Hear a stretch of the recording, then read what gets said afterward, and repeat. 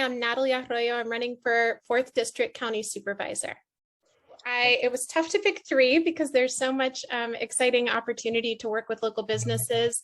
But I will say that, given the challenges of COVID-19 and the ways that online retail have really become more prevalent and workforce priorities are shifting, I really see the opportunity for the county to assist with economic development approaches that really modernize and adapt to those changes and work with the chamber and local businesses to enact those kinds of changes. And that could be support and training and collaborating with some of the programs that you already offer to really ensure that people are aware of them.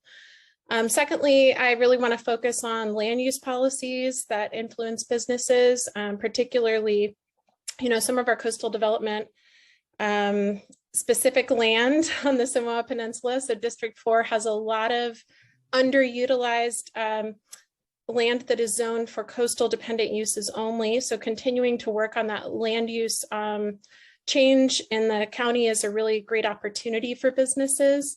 We also have, clear needs when it comes to transportation throughout our county and to other markets.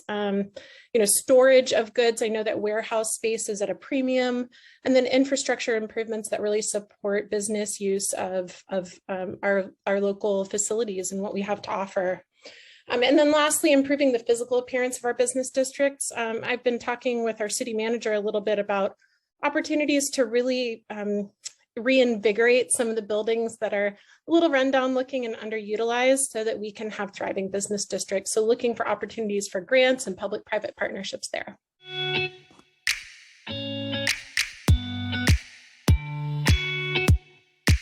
I think a lot of times I work for a nonprofit amongst many of the jobs that I fill in the community. And I think many times people don't realize how important the nonprofit sector is to the local community. But through that, I've done a lot of project management, brought in more than $40 million in funding over 15 years into our community. In fact, I just got notified today that I was successful in getting another $4 million grant that's going to really help the Southern Humboldt community.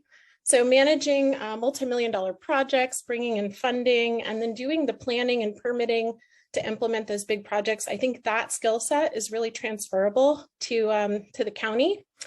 And then on the city council, of course, I've spent quite a lot of time relationship building with organizations, including serving on a committee with the Eureka Chamber. I serve in the U.S. Coast Guard, so I have a lot of knowledge about our port and our maritime opportunities, as well as the discipline and understanding of hierarchical organizations. And then we have a large military family community in Eureka here in District 4, actually in Myrtletown. So understanding that there are a lot of folks who come into the community and want to take advantage of local businesses, that's a real opportunity that I can help connect the dots there.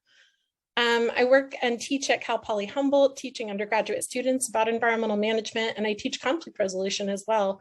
So applying those skills towards the needs of our business community is huge. Does that mean I have 30 seconds? Okay, thanks. And then my husband and I should really give my husband full credit. He runs a home-based business making custom knives, culinary knives, and I help him with the marketing and vending at craft fairs, packaging his products, sales. And so I've really seen, kind of the back end of what it's like to run your own business from your home. And then I play roller derby in the community. So I participate in local athletics, and that provides entertainment and family-friendly opportunities for entertainment in our community.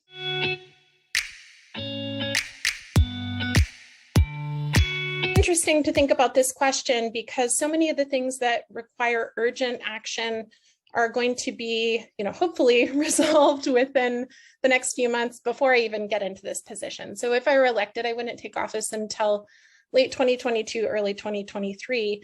But I will say that the need for housing and to take urgent and, decisive action around housing isn't going anywhere. That need will remain. And so I think we need to be planning for the development of more housing. And I think there are specific approaches, planning and permitting and incentive-based approaches that can help us get there. There's a lot of funding coming from the state. And so, really taking advantage of that funding for permanent supportive housing for people with unmet needs that are behavioral and mental health needs in particular is really important.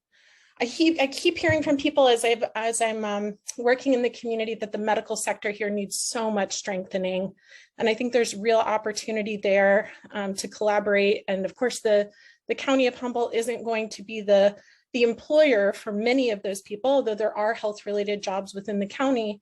But there's the opportunity to really collaborate and again, really utilize public-private partnerships and seek funding. And then lastly, just improving governance. I know the county's taken a hit with staffing and with internal processes, and everyone's been stressed during this time. It's been a rough couple of years. So I think there's an opportunity to really improve public process and the communication between departments, and really utilizing my conflict resolution skills is a big part of that.